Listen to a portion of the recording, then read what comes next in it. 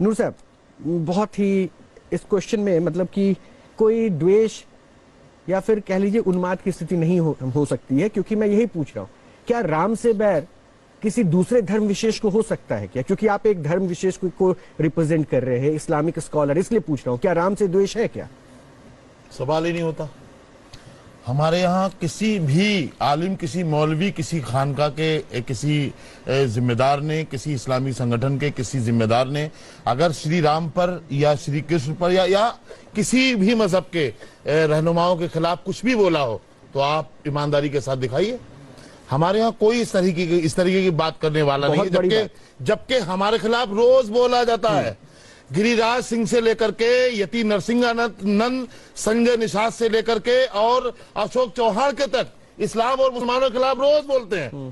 कोई किसी को आपत्ति नहीं होती है, कोई कार्रवाई नहीं होती है, कोई मामला सामने आता ही नहीं है साहब क्यों कहा है। तो ये हमें कहीं ना कहीं ये चीजें परेशान करती ठीक है। ये सेकंड पॉइंट हुआ, लेकिन मैं पहले पॉइंट पे वापस आता हूँ। प्रभु राम की बात में कर रहा था, क्योंकि राम पे बहस है, राम पे चर्चा है, राम से ऐसा लग रहा है कि जुड़ेंगे तो वोट छिटक जाएगा, किनको लगता है राम से के साथ रहेंगे तो काम बन जाएगा, इसलिए मैं पहले प्रभु राम को समझता हूँ।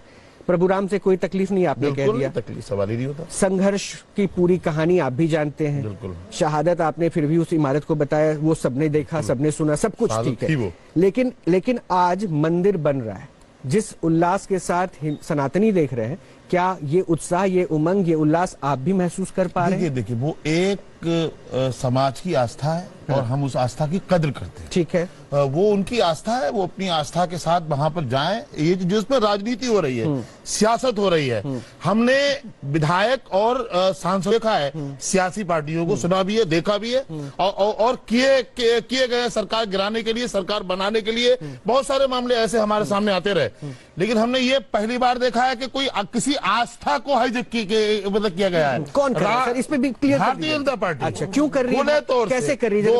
2024 के चुनाव में समाज को बताने के लिए कुछ नहीं है। अच्छा, बीजेपी का आपने घोषणा पत्र कभी पढ़ा था पहले? बीजेपी के घोषणा पत्र हमें बीजेपी ने जब 2014 में बीजेपी जब यहाँ केंद्र में पूछ रहा हूँ, घोषणा तभी हाँ बिल्कुल पढ़ा था। घोषणा पत्र में एक हिस्सा पढ़ा क्या आपने? अगर पढ़ा हो तो जानते होंगे। शिवम, अगर मैं गलत हूँ तो आप मुझे रोक दीजिएगा। राम मंदिर तो उनकी घोषणा ही समझ रहा हूँ। अगर बीजेपी एक पार्टी विशेष राजनीति ही करने वाली पार्टी है ना, वो अपने मैनिफेस्टो में राम मंदिर का मुद्दा लेके चलती है। राम मंदिर वो आस्था का केंद्र है, वहां पर सभी जो उससे कांग्रेस वाले क्यों नहीं जा रहे सर? ये इसीलिए मेरी जो मेरी सोच है, मेरा कयास है वो यही है। वो हालात हाजरा से वाकिफ है कि 2024 के चुनाव से ठीक पहले ये सारा प्रोग्राम क्यों रखा गया? मंदिर के दरवाजे ऐसा महसूस हो रहा है, सुनो, ऐसा मैं पूरी जिम्मेदारी के साथ कहता हूँ, ऐसा महसूस हो रहा है कि प्राण प्रतिष्ठा के बहाने Bharatiya Janata party national level पर, इंटरनेशनल लेवल पर अपना कार्यकर्ता सम्मेलन कर रही है। ये महसूस हो रहा है। साहब, मंदिर के किसी दरवाजे पे, जैसे आपकी मस्जिद पे तो नहीं लिखा है कि भाई कौन आ सकता है, कौन पार्टी का आ सकता है, कौन नहीं आ सकता। तो फिर मंदिर के दरवाजे पे कहाँ लिखा है कि कौन नहीं आ सकता? तो फिर कांग्रेस को आमंत्रण किया गया? राम मंदिर के इस आयोजन के अलावा किसी और मंदिर के लिए क्यों नहीं कहा? हम इसी के लिए क्यों बोल रहे हैं? यहाँ दिख रहा है, नजर आ रहा है। आपने सोमनाथ, क्या हो रहा है? आपने सोमनाथ का जिक्र नहीं सुना लगता है। मोहम्मद मंडलेश्वर जी ने कहा, उस समय नेहरू जी थे, आपने लगता है वो मिस कर दिया सर। सुनिए मैं रिपीट, वो परिस्थितियां क्या थी? क्यों सर? वो भी तो राजनीति थी। देखिए राजनीति, आज जो राजनीति हो रही है वो बहुत ही घटिया चरम पे। अच्छा, एक बात और छोटा करते हैं, उसके बाद दूसरे में एक सेकंड शिवम त्यागी प्लीज, मैं आ रहा हूँ। एक छोटा सा सवाल और मैं नूर साहब से समझ लूं उसके बाद। अच्छा, ऐसा लगता है क्योंकि आप एक वर्ग विशेष के बारे में बोल रहे हैं, धर्म विशेष के बारे में बोल रहे हैं, अगर कांग्रेस वाले इस निमंत्रण पर चले जाते तो क्या मुस्लिम संप्रदाय वाले आहत हो जाते? मुसलमानों को देखिए, मैंने आपसे पहले कहा कि मुस्लिम समाज को इन मामलात से कोई मतलब नहीं, वो अपने घर में आराम से। तो ये कांग्रेस वाले गलती कर रहे हैं फिर? कौन ये आपको कांग्रेस के प्रवक्ता से पूछना? नेचुरली मैं पूछूंगा इसलिए क्योंकि आपने बहुत सरल कर दिया। मुझे ऐसा नहीं लग रहा, सरल कर दिया। वो लोग जो मेरे पहले का जो मेरा कयास है, मेरा कयास यही है, वो मौजूदा राजनीति भारतीय जनता पार्टी की राजनीति। अब एक फैक्ट मैंने शुरुआत में कहा था ना, मैं कुछ आंकड़े। नूर साहब, मंदिर जा रहे हैं ठीक है, मस्जिद जा रहे हैं ठीक है, मतलब मस्जिद जा रहे हैं तब ये तुष्टीकरण नहीं होता सर, मंदिर जाएंगे तो फिर ये राजनीति कहां से आ जाती है?